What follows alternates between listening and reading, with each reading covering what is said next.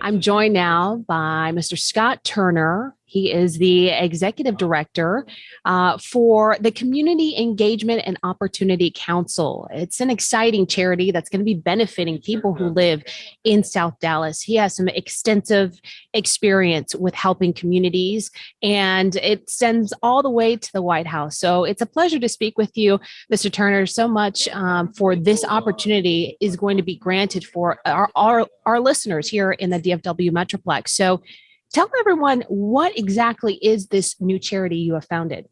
Well, thank you, Chris, and it's so good to be with you and KRLD and your audience. So the Community Engagement and Opportunity Council, also known as CEOC, really is a group of like-minded people, myself and our team, coming together to make an impact inside of the distressed communities across our country.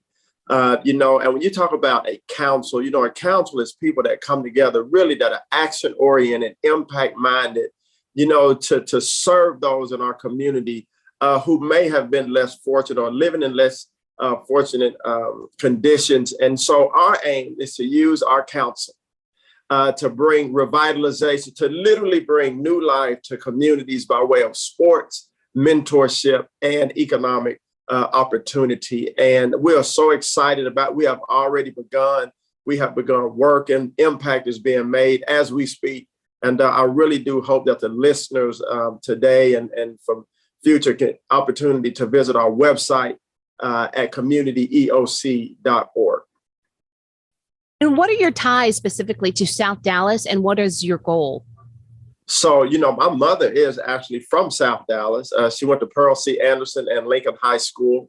I'm a fourth generation Dallas young man. I'm from here. My family is here.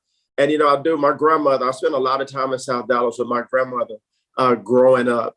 And so after coming home from the National Football League and retiring from the legislature and this thing, I have a heart to impact people inside of the community. It could be an urban community, tribal, rural community, to help people fulfill their God-given potential. But we're starting right here in the home in South Dallas, and particularly in Bonton at Bridge Builders, partnering with them with our newly renovated literacy lab, which we'll talk about later.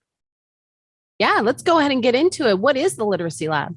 So the Literacy Lab is located, we partner with Bridge Builders, which is a ministry down in Bonton, South Dallas. They've been there for about 25 years doing tremendous work.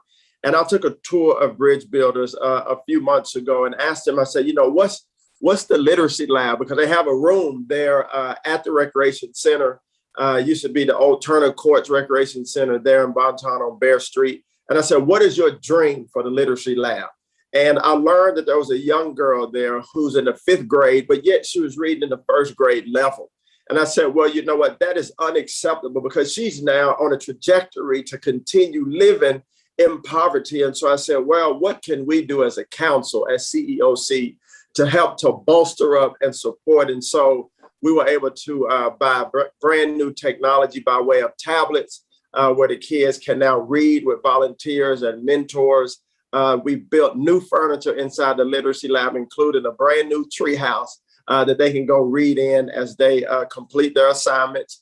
They have new books, new furniture, new carpet. And so now it's a nice, safe, inviting place for the kids to come in and build community, but yet more importantly, to learn to read and phonics and communicate, to set them on a trajectory for success, starting at a very early age.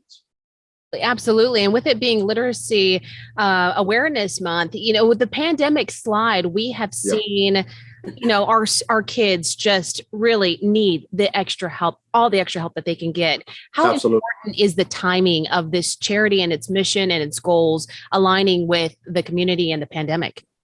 Well, I'm so grateful. God's timing is always perfect.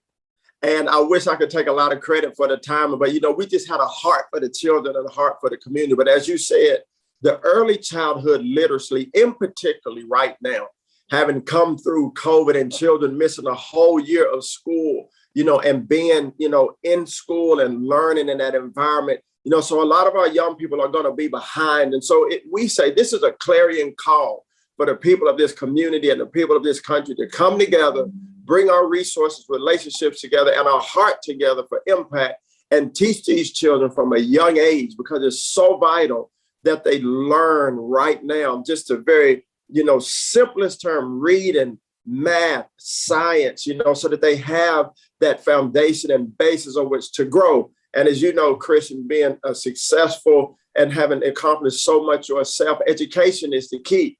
And, I worked with Dr. Ben Carson on a daily basis when I led the Opportunity Zone Initiative. And Dr. Carson said, when a child is properly educated, they have a better opportunity for success and to learn and grow in their life. And so that's our goal. How can our listeners help out? This is a new initiative, so I'm sure you're starting off from the bottom. How can we help you grow? Well, thank you for asking. So our website is communityeoc.org. And so the listeners can go and learn about who we are, learn about what our mission is. There's an opportunity there to donate if people want to donate from a financial standpoint. There's also opportunity to volunteer at upcoming events, which we'll be posting regularly on the website. And you know what? I covet the prayers of people that as we go and we serve in the community, that people will join with us in praying for us, praying for the kids and families in the community so that we can really make a generational impact and create long-term sustainability in America, starting right here in Dallas. Scott Turner, thank you so much for your time. I'm going to end the recording right there. Was there anything, before I pause it, was there anything else you'd like to add? One thing that I will add, Kristin, is that many of us have been so blessed. And I'm not just talking about from a financial standpoint. I mean, from a relationship standpoint, from having good health to having some resources. And it is this time in America today. See, poverty transcends politics. Poverty doesn't care, what political party you're part of, what your ethnicity is. Poverty affects all of us. But so does revitalization.